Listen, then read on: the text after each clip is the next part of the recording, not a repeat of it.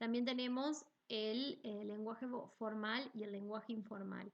Esto tiene que ver con lo que veníamos diciendo, ¿sí?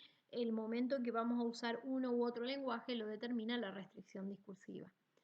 En el lenguaje formal, o cuando usamos lenguaje formal, cuando hay una relación de asimetría entre el emisor y el receptor, ¿sí? Por ejemplo, el médico con el paciente, el jefe con el empleado, el docente con el alumno, el hijo con el padre, en donde usamos un vocabulario, ¿sí? Un poquito más formal. Si bien acá en las relaciones familiares se utiliza más el lenguaje informal, en otros países sí, por una cuestión de respeto, se comunican los hijos con los padres de una manera más formal.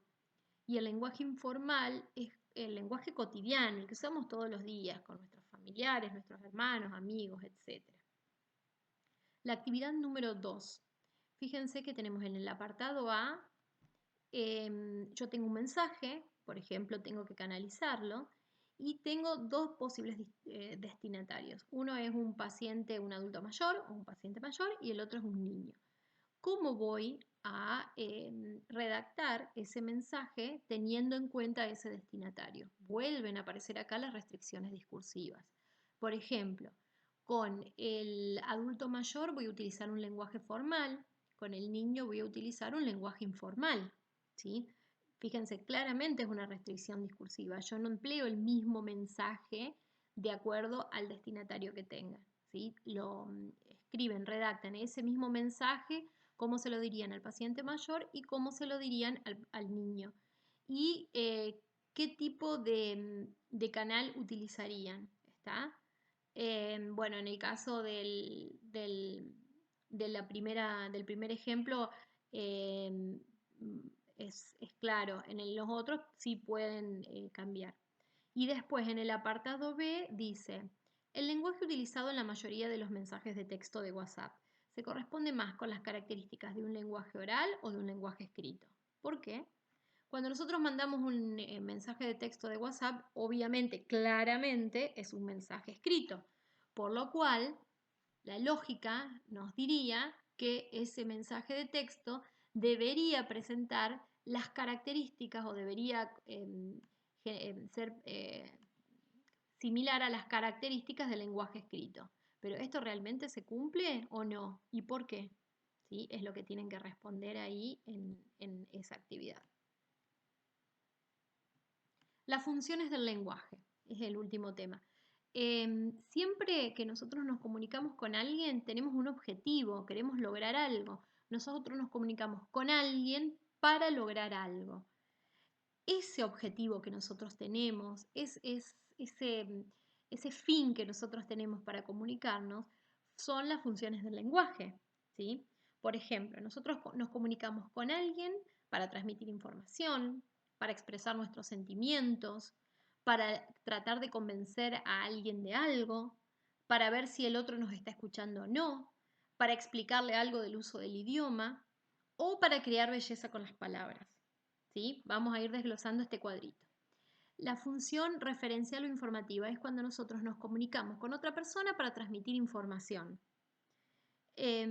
Fíjense que siempre que nosotros usamos una función del lenguaje, hay un componente del circuito de la comunicación que predomina. En este caso, cuando nosotros vamos a transmitir información, lo que predomina es el referente. Acá esto es bien científico, o sea, yo transmito información, no incluyo mis pensamientos. Es información bien concreta y no incluye mi opinión. En el caso de la expresiva o en la emotiva, acá sí, es todo lo contrario. Yo expreso mi opinión, mis sentimientos, lo que yo pienso. Entonces, como soy yo la protagonista, el componente del circuito de la comunicación que predomina es el emisor. Pues yo estoy contando, yo como emisor, estoy contando qué siento, qué pienso, qué quiero. ¿Estamos? En la función apelativa, lo que usamos este tipo de función del lenguaje cuando queremos convencer a alguien de algo, ¿sí? Por ejemplo, no vote en blanco, vacúnese contra la gripe, el que sea, ¿sí? tratamos siempre de cambiar la opinión o lograr modificar algo en el destinatario. Por lo cual, aquí, como yo quiero convencer a otro de algo, quiero lograr una determinada acción o un cambio de actitud en el destinatario, obviamente el componente del circuito de la comunicación que va a predominar es el destinatario. En la fática lo que quiero hacer es quiero ver si el canal funciona. ¿Qué quiere decir esto? Que yo quiero asegurarme de que mi receptor va a escuchar el mensaje que yo les doy. Entonces, ¿qué es lo que predomina? El canal. Yo quiero asegurarme de que el receptor va a escuchar mi mensaje. Por eso, fíjense los ejemplos, dice, ¿me escuchás? Hola, hola. En el metalingüístico, uso esta función cuando quiero aclararle a alguien algo referido al idioma.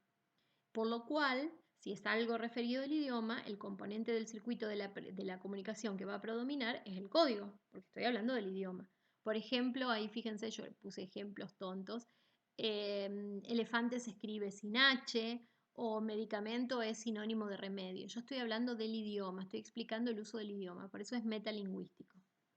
Y por último, la función poética. Acá yo lo que quiero hacer es crear belleza con las palabras, ¿sí? Combinarlas de manera tal que rimen, que sean musicales, que se escuche lindo. Entonces, como yo lo que más me interesa es cómo se va a armar ese mensaje, el componente del circuito de la comunicación que predomina obviamente es el mensaje. Acá entran todo lo que son poemas, canciones, versos, etc. Bien, y tenemos la actividad número 3, que es la última. Fíjense que yo les di ahí un montón de ejemplos. Tenemos un poema de Neruda, tenemos un afiche del Ministerio de Salud, tenemos un glosario de términos, tenemos una historieta de Mafalda, que ya voy a explicar algo de la historieta. ¿Qué tenemos que hacer? Para abajo y más antes que me olvide de declararles. Yo tengo que decir qué función del lenguaje predomina en cada uno de estos ejemplos y por qué. En el poema de Neruda, ¿cuál de todas estas funciones del lenguaje que yo expliqué de este cuadrito es la que predomina y por qué? ¿Sí? Lo tienen que justificar. En el caso del chiste este de Mafalda, lo que les pido es que lean la historieta, que traten de entender la historieta, el chiste, y a partir de ahí puedan clasificarlo de acuerdo al sentido de la historieta, puedan elegir qué función del lenguaje está usando Mafalda, em, pero siempre teniendo en cuenta que tengo que comprender la historieta, ¿sí? Por ahí ese es el que es un poquito más difícil. Y lo mismo pasa abajo con esta historieta de Gaturro y Ágata, ¿sí? Leo primero la historieta, trato de entender qué quiere decir el autor y a partir de ahí la clasifico. Después también fíjense que tienen como un pizarrón que habla de ortografía, tienen dos personas que hablan y en el medio todos esos como arabescos celestitos sería el viento, ¿sí? Y una receta de la tarta de manzanas. Ahí en la receta de la tarta de manzanas solamente nos dice paso a paso lo que tenemos que hacer. Pero fíjense, si ustedes la leen o bueno, con la experiencia de haber visto o seguido alguna receta alguna vez en la vida, verán que el autor de esa receta no pone su opinión personal, simplemente enumera los ingredientes que va a necesitar para hacer esa preparación y luego hace un listado de los pasos a seguir para poder realizarla. Bueno, chicos, espero que les haya sido útil esta explicación y quiero cerrar también pidiéndoles que por favor lean bien las consignas. Muchos de los errores en los trabajos prácticos que estuve corrigiendo hasta ahora son porque no han interpretado bien la consigna.